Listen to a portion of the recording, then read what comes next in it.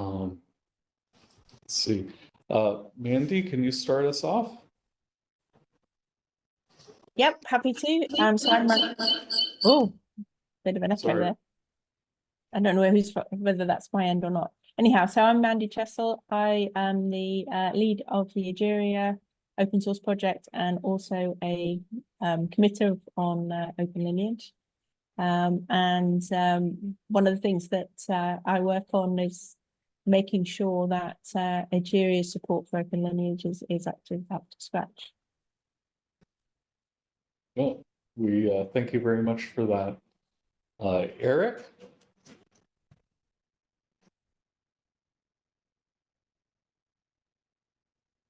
Hello, folks. Very glad to be here. Eric from Atlin. I'm remote today.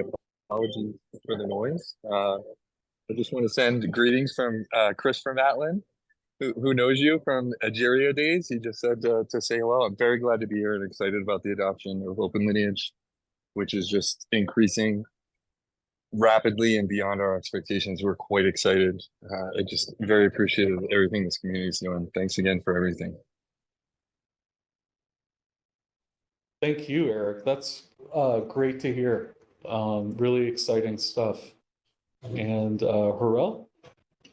Hi, Harel, Orchid Astronomer, and an OpenLineage committer as of last TST meeting. It's great to be here. Looking forward to today's session. I think we have some great presentations by Michael and Paweł and Jens. So looking forward to that. Jens will be joining shortly, I believe. So thanks. And Paweł? Hello, I'm Paweł. I'm software engineer at Getting Data and the contributor of Marquez and OpenLineage. And as always, I'm super happy to be here and to share some recent work with the community and to have a discussion with you guys. Thank you. Well, thank you.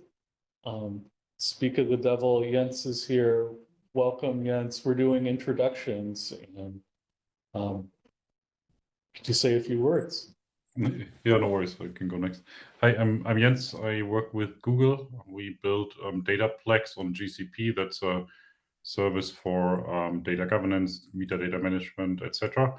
And my team is responsible for building the lineage capability that's available in Dataplex and also in BigQuery. I'm interested in further seeing where the community is going, also contributing. We've made a few proposals and hosted a meetup just recently. We believe in OpenLineage, and great to hear. Great to have you. Thank you so much for all you're doing. I am Michael Robinson. I work at Astronomer, and I'm a community manager. So let's go through the agenda.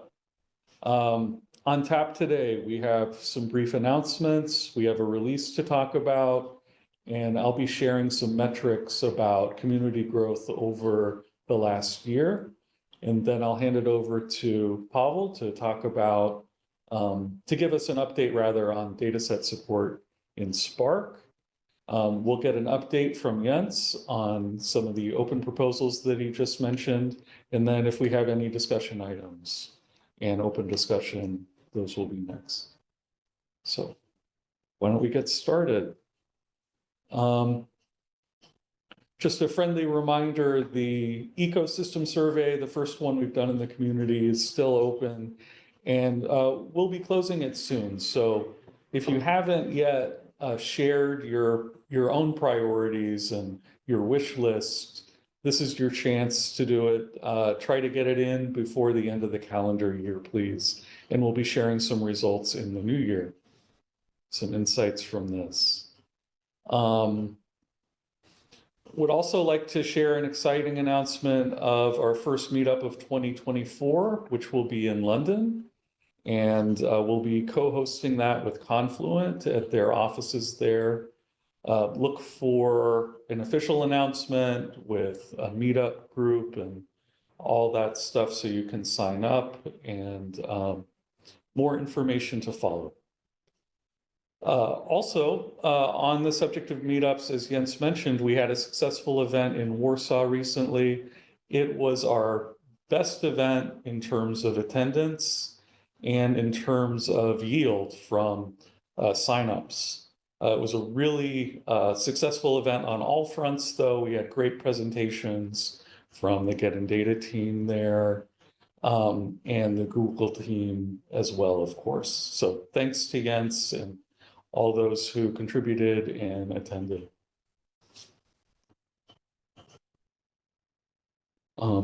Have one release to talk about that that we did in the last month. This was 1.6.2. We added support for Dagster 1.5 versions. We also added support in DBT for sending metadata of the last run without running a DBT command. This was specifically intended to help users on their Google Cloud, the cloud product rather, I should say. But in general, it's going to, I think, improve the experience for other users of the DBT integration. In Flink, we added an option for a job listener to read job names and namespaces from Flink Conf. In Spark, you can now get column level lineage from the JDBC DB table option. And this enables lineage in the case of single input columns and improves dataset naming. In the spec, we now have a job type job facet for additional job related information. This contains processing types such as batch and streaming. In the SQL integration, we added quote information from the SQL parser. There were bug fixes as always. In this case, they were in Spark and Flink. And we had contributions from new contributors. Welcome. Thank you for your contributions. We're really glad to have you. And we look forward to more contributions as well. On the subject of releases, I wanted to share some exciting news from the Marquez project. You can expect to see support for streaming jobs in Marquez in 0.43.0, which is a big deal. Thank you, Paweł, for your work on that. We are eagerly anticipating that release, hopefully soon.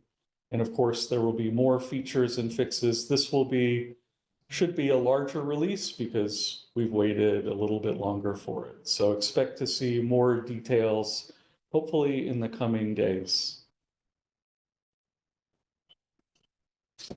Okay, moving on, wanted to share some metrics since this is the last meeting of the year.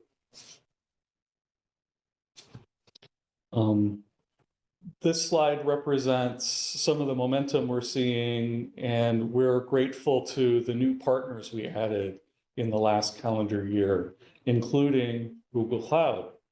So, and Atlin, among our producers and consumers.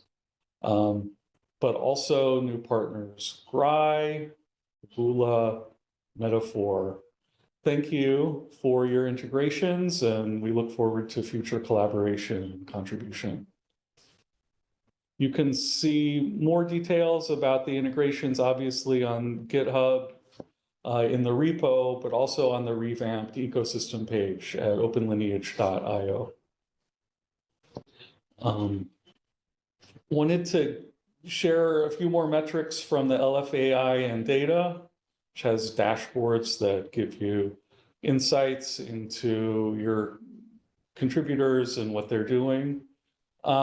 We've seen big increases in terms of total contributors to the project and the numbers of active contributors as well as commits. So commits, for example, are up by 70%.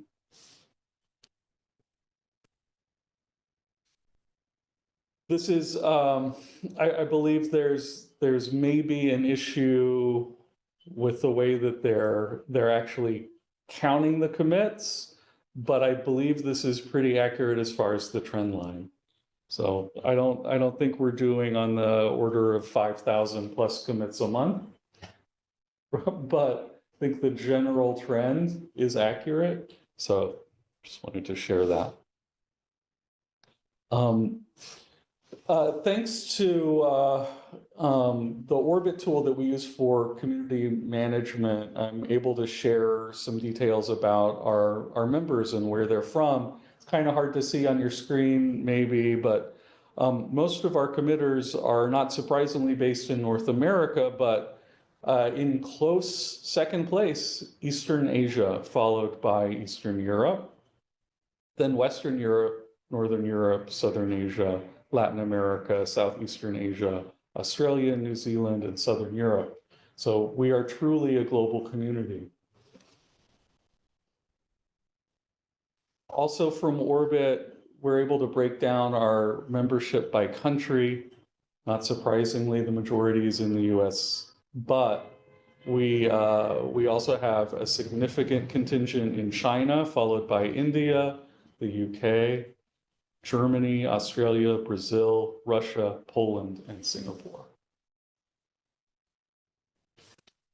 And then finally, our city breakdown, top of the list here is Beijing, followed by London, Shanghai, Sydney, Bengaluru, Chicago, Melbourne, Moscow, New York, and Ho Chi Minh City.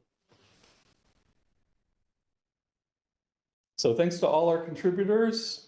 We look forward to more contributions and engagements in 2024. And with that, I'll turn it over to Paweł. Hello, I'd like to share my screen. And yeah, spend 5 minutes on the job type job facet that I would like to present. It's something we merged like a month ago, I believe, or in recent weeks. So its name is job type job facet. It sounds funny to have the same word twice within the name of the file, but it's the convention that if we create a new job facet, we add the suffix job facet, and if it's a dataset facet, then it's a dataset facet. And in this facet, we wanted to contain some extra information about the job, some job type information, and it turned out that there are at least 3 properties that together create a job type. So first one is like processing type, and this is something where we started. So we wanted to introduce the support for the streaming jobs, and it's, yeah, this is the processing type. So it can be a batch or a streaming. The other thing that is still kind of a job type, it's the way the OpenLineage event got emitted. So the integration, it can be from Spark engine, from dbt, Airflow, or Flink. And the third aspect of the job type is, yeah, how was the query, how was the processing run? Was the query a command, a DAG, task, job, or a model, AI or ML model? And those 3 things together, yeah, create the job type job facet that we introduced. And actually, we already use it within the same TR. So we use it for the Flink integration, where we would like to mark that this particular job is a stream processing job. And of course, it's not always the case, because in Flink, one can also write the batch job. So within the Flink integration, we check the sources of the Flink application. I think there's a code written somewhere here. We check it, which checks each of the sources if it is unbounded source or no. And if we have at least one unbounded source, it means we're dealing with the streaming job, and yeah, we fill the processing type to be streaming. And actually, we needed this for Marquez. So in Marquez, we would like to expose streaming jobs as well. And current Marquez logic works in a way that the job version is created at the moment the job completes. And this is no longer the case for the streaming jobs where you start the job and it can be run like 2 weeks or 4 weeks. Yeah.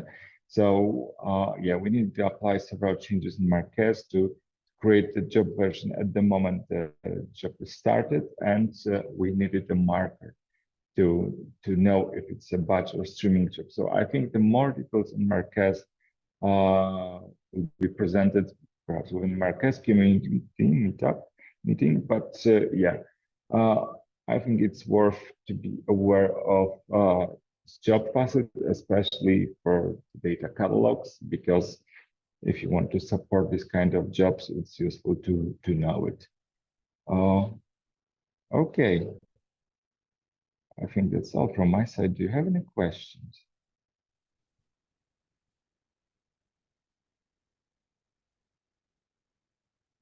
Oh, great stuff as always. Thank you very much. Thanks, Paweł. I'm looking forward to seeing those events start stream into Marquez. So with the upcoming. Yeah, so today we were able to merge with the Marquez PR. Marquez is our reference backend implementation. So it's a playground to verify that our assumptions about the facets are working. I think we still have some issue in CI, so it's merged, but it's not, the snapshot didn't get published and it's not released as well. But it's close to this.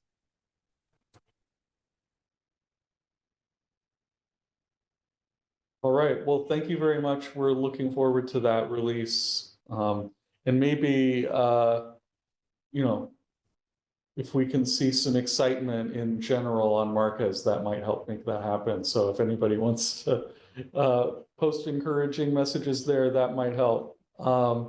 Anyway, we're looking forward to that. Thanks.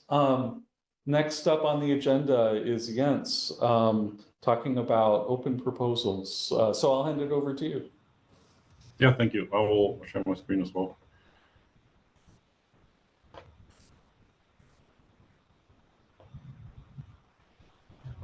Is it coming up? No. No, I need to. Or Michael, can you share, because I need to go into settings and grant access. And that will Yes, take we a can while. share. If you could share the screen. Oh, sure.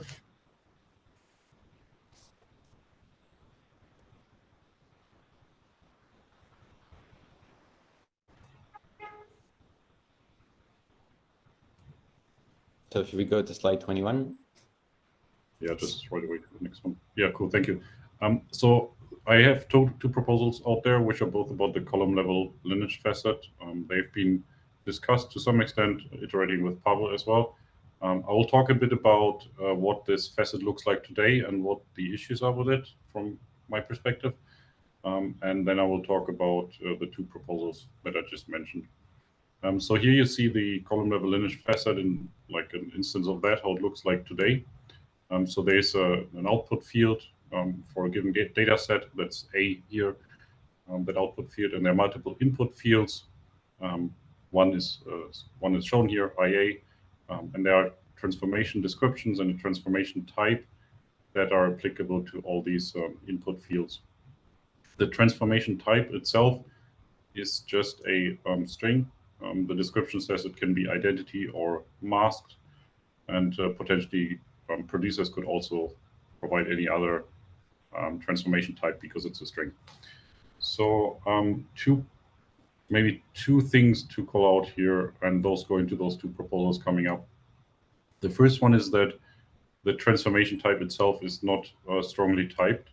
So there's no clear contract between producers and consumers.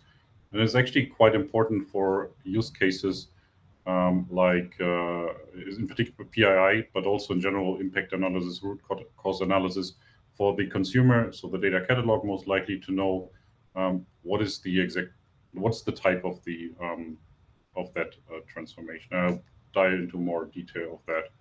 So one of the proposals is about proposing a taxonomy of types. The second point is here that transformation description and transformation type are applicable to all the input fields of a given output field. Now you can construct examples where, especially when you do SQL parsing and lineage extraction from SQL, you can construct examples where the transformation type would actually be different for a given pair of input field and output field. So one of the proposals later will show how that should be reflected in the column level lineage facet. Can you go to the next slide? So in terms of transformation types, there's like a document attached to the proposal. The link is coming up soon as well with more details. But just shortly, when we think about transformation types for a column level lineage, we want them to fulfill a few criteria. We want that there's a set of transformation types that is complete in the sense of covering all the possible transformation types that you can come up with. Those individual transformation types should be disjunct so that a producer can select unambiguously a single transformation type that is applied to that specific column-to-column transformation. Of course, those transformation types have to be unambiguous again. There shouldn't be any room for discussing those at great length because producers and consumers are developed independently, and they should really be just be relying on the contract that's coming through the spec, and there shouldn't be any ambiguity in that. Still, transformation types should be optional because some producers might not extract these, or they might fail to extract them, so they should not be forced to set a transformation type. And in general, transformation types should still be open for extension to some extent. And the next slide is showing how that could look like. So here's the definition of a changed transformation type, where the type is actually an enum, which is only identity transformed and indirect. Identity is, as it says, like an exact copy of the data. Transformed is any sort of transformation, and indirect is something like a filter or a group by or something like that. The main change here that you see to compared with the existing definition, I guess, is, well, first of all, there's now an enum, so it's like it is strongly typed, and also the masked transformation is not specifically a type here, but all transformations that change the data in any way, either masking or not, are encapsulated in the transformed type. The reason is that masking, what amounts to masking, depends on the use case. It depends on the regulatory frameworks that you as a producer, consumer, or integrator are need to follow. So the hypothesis is that there's no unambiguous definition of what masked would be, and that would violate one of the principles I just introduced. So then we would also propose to add a transformation subtype, which allows for more extension. We also, maybe you can go to the next slide, that's easier to see. So we add a subtype, we add another field, a separate field for calling out whether it's masked, it is supposed to be a masked transformation or not. And also we would propose to move the transformation, all these fields related to the transformation itself into their own object, and then move them inwards one level of the object hierarchy to be applicable directly to the link between a single input field and a single output field, instead of being applicable to all input fields for a given output field. So that Paweł actually proposed to create this transformation object instead of continuing having transformation description, subtype, type. I like that because that will make it more easily extensible in the future. It's a lot cleaner. And Paweł also suggested that we add this masked field that wasn't there in the original proposal, to still be able to still allow producers to send this information if they wish to, and in this case still consumers can treat this as optional, right? In PI case, in regulatory use cases, you might you might be trying to be very conservative in your interpretation of what you receive over the OpenLineage channel from different producers. Okay, so there are those two proposals out there. There are links in the slides. Please chime in if you have opinions. If there are any questions, I'm happy to discuss. So oh, go ahead, Andy. Oh no, just a question on masking. Often, when we say that something's masked, we often provide the name of the masking function. I don't know if that would have value here. I think it actually, what I sort of had that thought as well. I'm wondering whether we should include that in the description, but maybe not. Yeah, could be useful to add additional information. Anyone has an opinion about this? So how would you imagine adding that as part of a subtype on masking or its own property?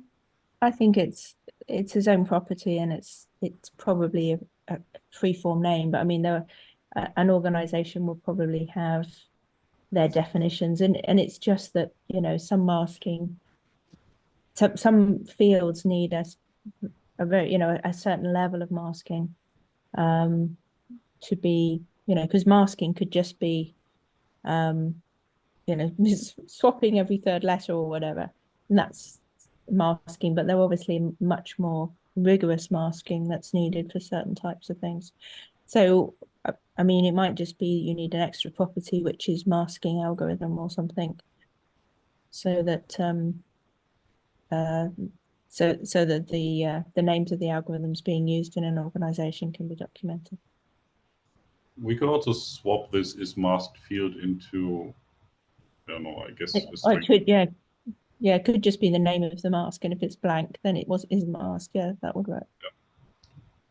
Yeah, I like that a lot. I like that it's also coming from, it seems like there's consensus on the need for this from the actual customers of, you know, on the kind of, you know, people building data governance solutions, data catalogs. So I think this is very much, you are the right people to say this is needed, right? This is why we like having you here. Yeah, I think it's super useful information. It's just really important not to, I mean, to recognize that, as Mandy said as well, that the masking can mean very different things, and especially can mean very different things in different use cases and different like systems as well. Yeah. So I think it's useful to separate it out from the main types, but it's useful also to have that additional information available. Yes, and I'm assuming for masking we'll mostly keep it free form and kind of, you know, each user will, or maybe we'll try to coalesce in some naming convention, or kind of not sure what would you suggest there? Mandy, maybe you know a bit more about this, or you seem to. Is there like are there any standard sets of mask definitions, types? Or? No, there really aren't. I mean, there are some popular masking algorithmic names. I mean, with these types of things in Nigeria, we have quite a few values that are free-form text, but we also have reference data management, so you can set up valid values for certain things that are processed on the fly. So it allows the standard to be quite open, and for an organization to then define the valid values for certain types of fields.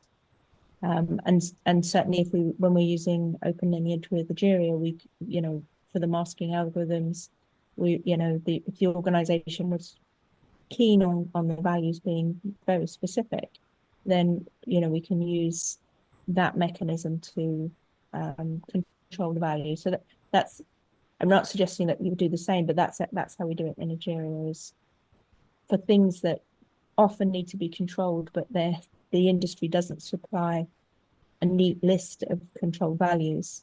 We have this intermediary mechanism. That makes sense. Makes sense. Yeah. Do you want to chime in on the GitHub issue with your proposal? Okay, all right. Did you say the number? Oh, yeah, I see it. 218. Yeah, it's done. Yeah. So, But this one is, I think, maybe you need to move up. It's the other one, like on slide 23, because there were two different proposals. all right. I'll link both of them in the chat now. Thank you. 2186. Thank you very much. And thank you for doing the proposal. They're really good. Thank you.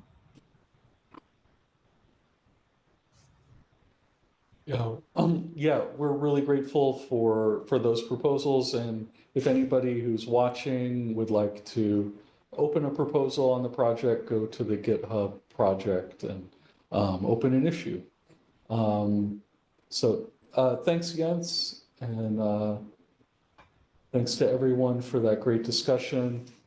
Speaking of discussion, it's our next item on the agenda. We don't have any discussion items this month. So, wait. Oh, I just wrote down what we discussed currently. But yes, would anyone like to add an item to discuss today? I think I have a question, if I may. Of course. Paweł, you presented that job facet earlier. What's the process around reviewing those new, I guess they are core facets, right? Yeah, so it's like the casual PR repository. It's just, I think it's pleasant to give few weeks in December for other guys to have a look at it, assuming it's the Christmas time. But yes, so you need to create a JSON file of the facet, and I think that's it. And create PR. Yeah. Right. So I was curious because I think it's useful to discuss those facets in some way before they get merged. And I see that I should probably be more mindful in looking for the pull request, but for example, I don't get to do that regularly. Actually, I don't know. This discussion here was super helpful, I believe, and I don't know if you get that much attention into the PR. On the other hand, PR is better to fix some typos and naming stuff. Oh, yeah. But I think that your proposal is already at the point where you can write the PR and yeah, give just a few weeks for other guys to have a chance to look at it. So, I mean, I would be happy to approve it, but it's good to wait 2 weeks to let others speak out, give them a chance. If they don't find time, then yeah, we should go. Got it. So maybe is there a process that we could do that will help the community in kind of highlighting things on a more, I don't know, weekly basis? Because these happen monthly. Obviously, a lot of progress can happen within a month between community calls.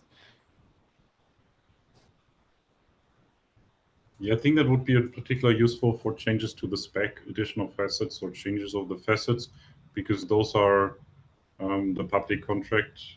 And I think I would be less concerned about implementation details of the integrations, but it would be really great to be able to review those spec changes and discuss them. I mean, the process is there, but it just needs some more highlighting. Yeah. So the process that is in my mind is to ask Julian for review, and it doesn't take more than 3 days. Yeah, that's from my experience done several times this thing. Yeah, but now it's Christmas time, and I know he's on vacation, so perhaps this time it can take a bit longer.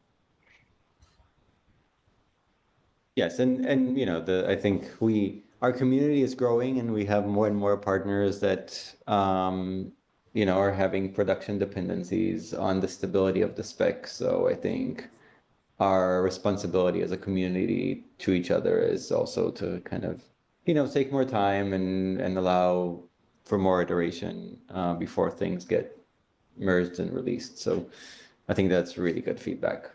Yeah, that's very helpful. Thank you.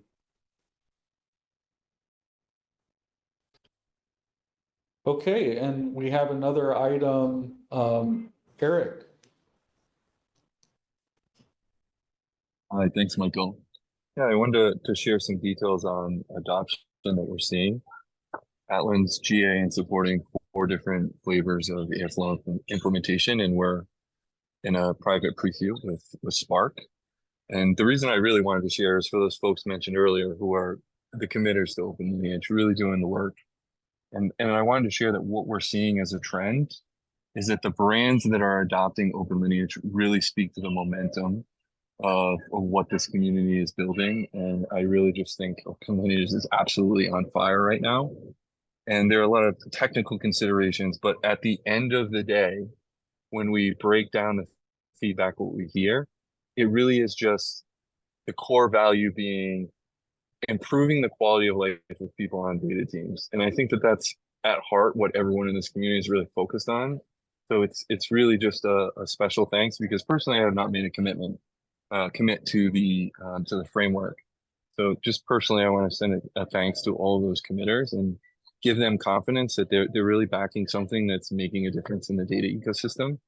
And I think, I don't want to jinx it, but for everyone here, I think OpenLineage may have just reached escape velocity, which is quite exciting. So thank you all for all your hard efforts. I know it's been a long time coming. I'm just, on behalf of Atlan, very excited to be a part of the community and want to support the wider team as much as we can. I think it's good for folks and it's going to move the industry forward. Just a great thing. Thank you very much. Wow, thank you. What a great way to start the holiday season. Thanks, Eric.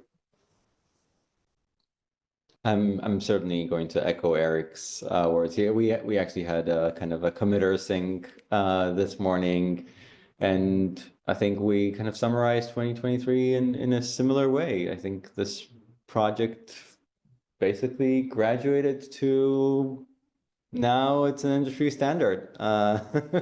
We kind of everyone here, and people who have contributed over the past 3 years, I should say, and it even goes back to even 5 years from the start of Marquez and this initiative. And I think it's really great to see the fruits of all this hard work and dedication come into fruition, and that's thanks to everyone here.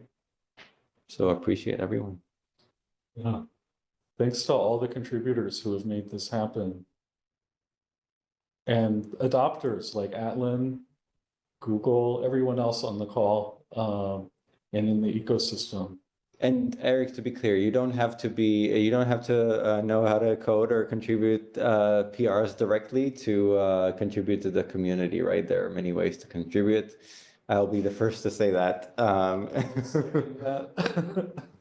Don't worry, Harel. You're going to get a commit from me. Don't you worry. Yeah, I've been known to submit a commit or two, and it's not probably going to be something that's going to wow Paweł, but I'm more than happy. That's something I need to step up. I think I owe it to the rest of the committers to step up myself. So stay tuned. Looking forward to it. I'll assign Paweł to review your PR. Yeah, I mean, code is just a part of the party. Yeah, I mean, attracting the new users and finding the business customers for what we do, it's the same important as coding. So I'm super happy, Eric, to have you on the call. And yeah, for me, you're an important contributor to the project we are working on. Oh, thank you very much. That's very kind of you. But for real, let's thank the committers, including you, Paweł. We appreciate everything.